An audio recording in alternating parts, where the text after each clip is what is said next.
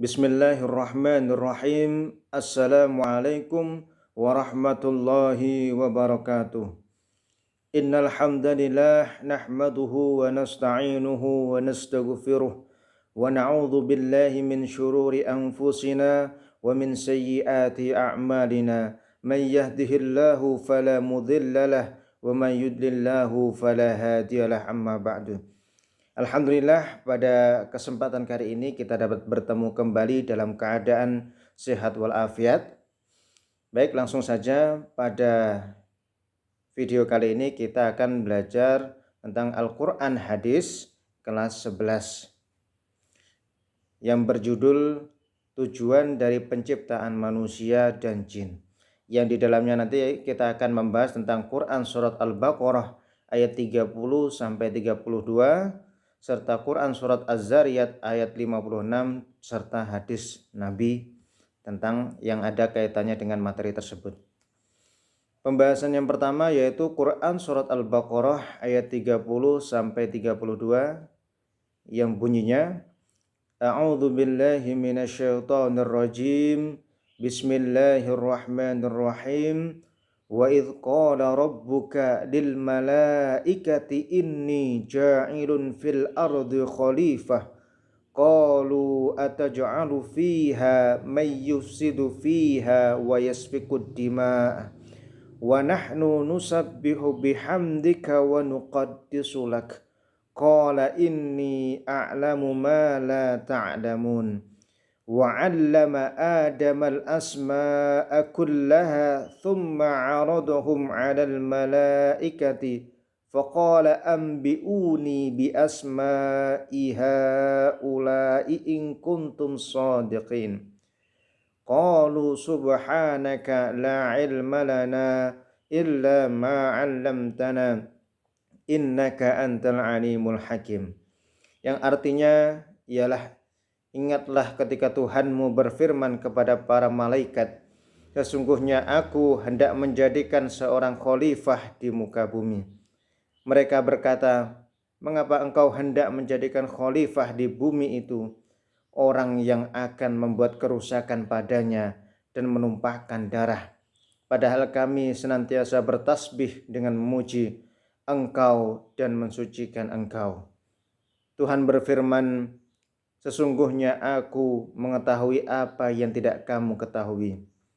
Dan dia mengajarkan kepada Adam nama-nama benda seluruhnya, kemudian mengemukakannya kepada para malaikat, lalu berfirman, sebutkanlah kepadaku nama benda-benda itu jika kamu memang benar orang-orang yang benar.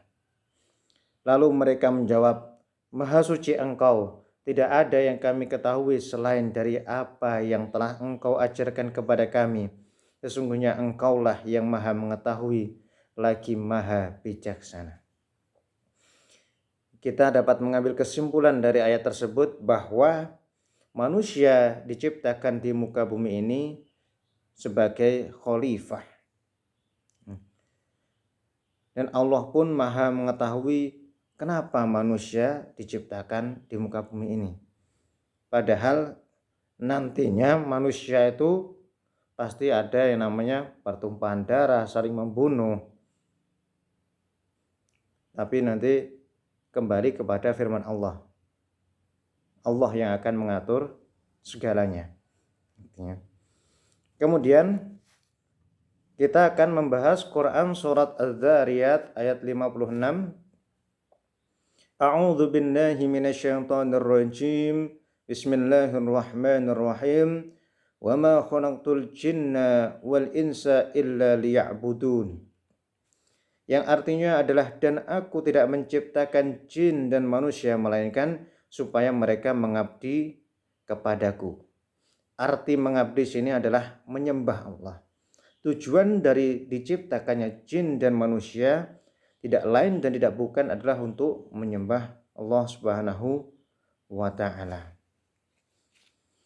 Pada penjelasan surat Quran Az-Zariyat ayat 56 ini diterangkan bahwa manusia dan jin itu wajib hukumnya untuk menyembah Allah Subhanahu wa ta'ala.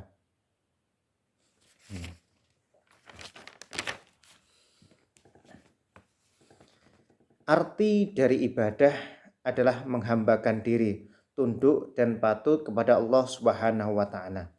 Ibadah mengandung pengertian yang sangat luas, yaitu seluruh ketaatan dan kesetiaan terhadap hukum dan undang-undang yang telah Allah berikan kepada seluruh manusia. Ada ibadah mahdhah, ada juga ibadah ghairu mahdhah. Ibadah mahdhah adalah ibadah yang sudah ditentukan, baik waktu, ukuran maupun caranya. Contohnya adalah sholat, zakat, puasa, haji, dan lain sebagainya. Sedangkan ibadah ghairu mahdhah ialah ibadah yang tidak ditentukan waktu dan ukurannya. Contohnya adalah sedekah, membaca Al-Quran, menolong orang lain, dan lain sebagainya.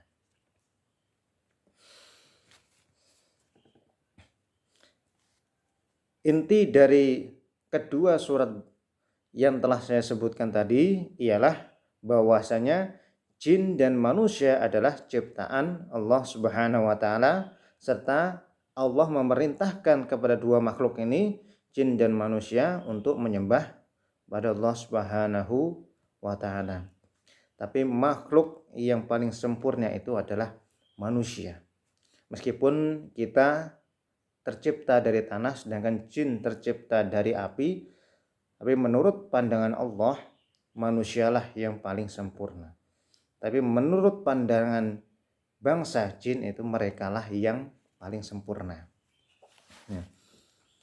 Kemudian pembahasan selanjutnya adalah hadis tentang penciptaan manusia, yang bunyinya ialah An Abdullah bin Mas'ud radhiyallahu anhu qala haddatsana Rasulullah sallallahu alaihi wasallam wa huwa shadiqul masduq.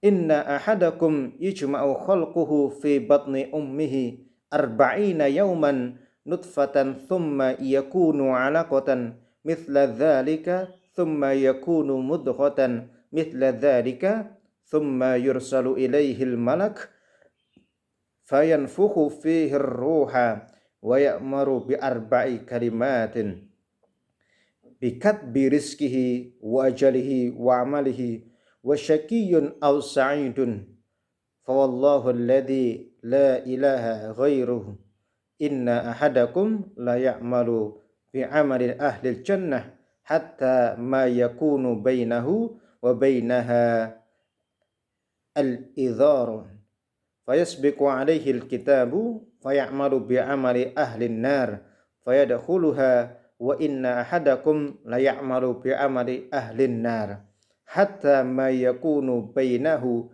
wa bainaha ila dhira'un fayasbiqu alaihi al-kitabu fayamalu bi amali ahli al-jannah fayadkhuluha. Yang artinya ialah dari Abdullah bin Mas'ud radhiyallahu an, dia berkata, telah berkata kepada kami Rasulullah Shallallahu alaihi wasallam, dan dia adalah orang yang jujur lagi dipercaya.